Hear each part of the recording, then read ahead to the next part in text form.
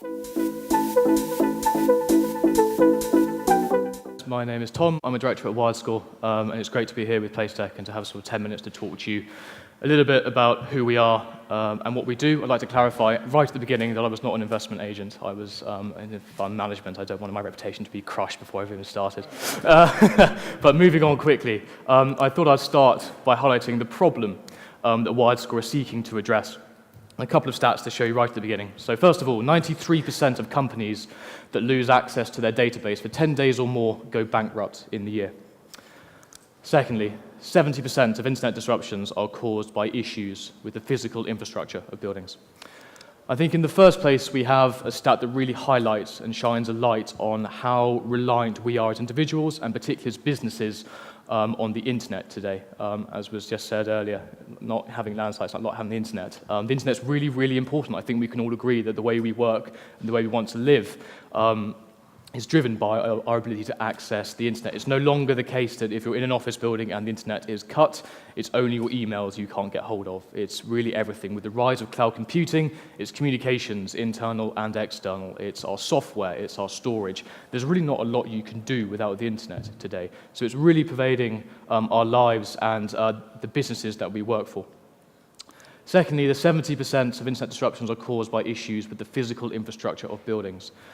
The buildings that we are in can impact our ability to do the work that we want to do. It's as simple as that. It's not just a case of having it or not having it. The buildings play a significant part in that. And these are the two things that WiredScore are trying to address. How reliant we are on the internet and the impact that the built environment that we operate in has on our ability to do that. There's a step beyond that, however, as well. What WiredScore look at is filling the disjoint that exists in the commercial real estate market between what we've just highlighted, what tenants want and need to know about the space they either occupy or are looking to occupy from a connectivity perspective. How able are we to use the internet in this building, not just now, but into the future as well? And on the other hand, the landlord's ability to provide that information. Do all landlords and developers know how well connected their buildings are? Some definitely do, and some don't. But even if they do, there's a step beyond that. Supplying objective information that's actually useful for tenants to make an informed decision is really important. It's all very well and good, the agents of this world, or the landlord saying the internet in this building is really great.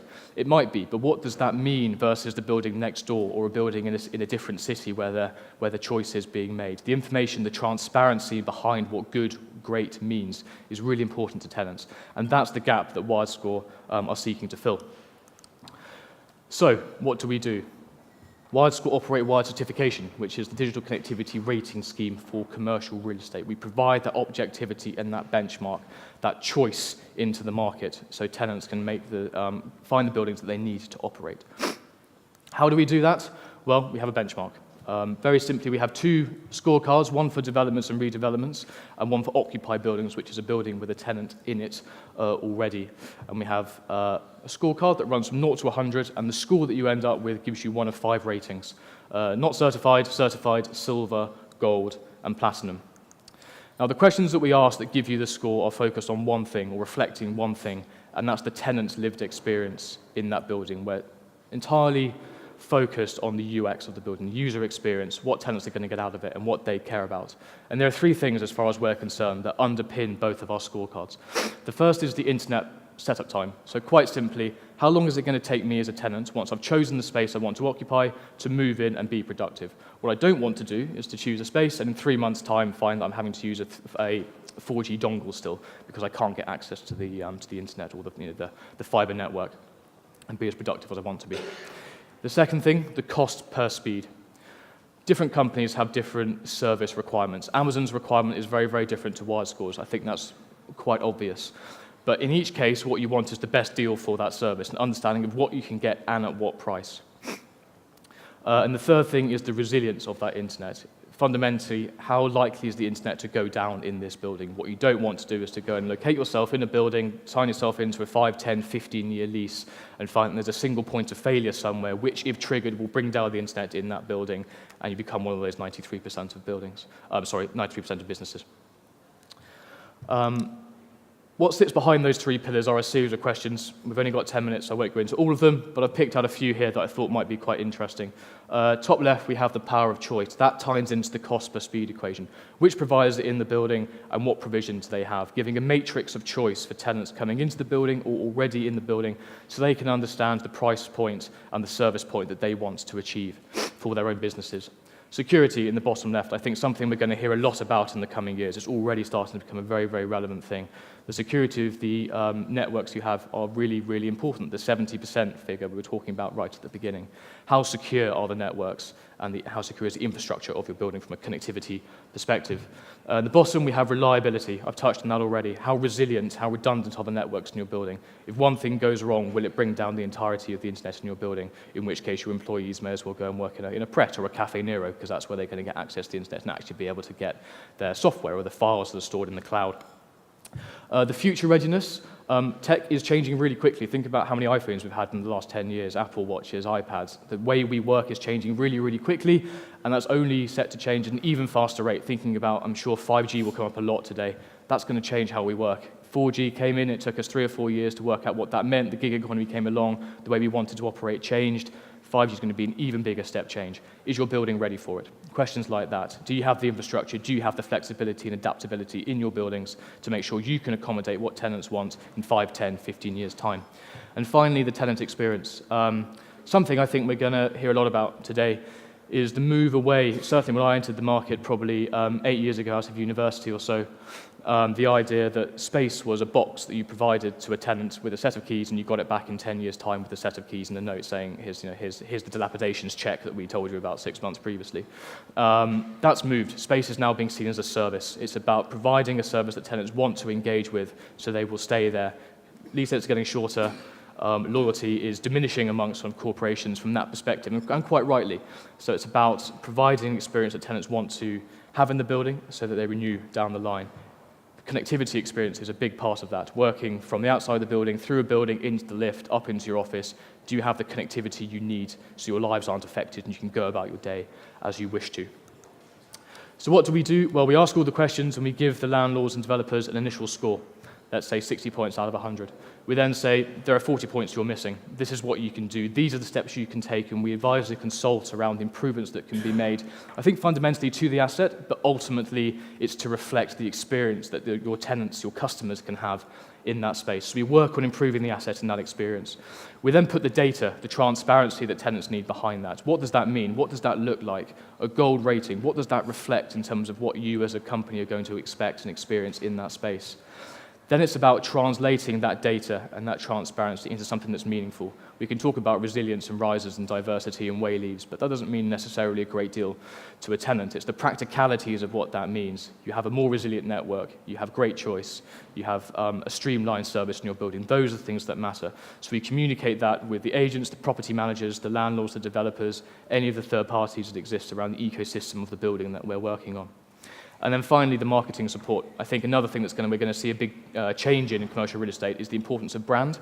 I don't think because of this change from space being a box to space being a service, branding is a huge part of that, and I think it's been an underutilized part of commercial real estate, certainly in the years that I've been involved in it.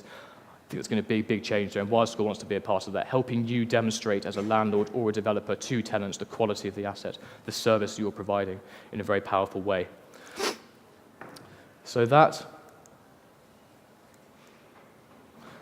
is a bit of a whistle-stop tour of WiredScore, who we are, the product that we operate. I thought I'd close out by giving a bit of background to the company. We've had some fantastic growth enabled by the problem that we've identified and the product that we brought to provide the solution.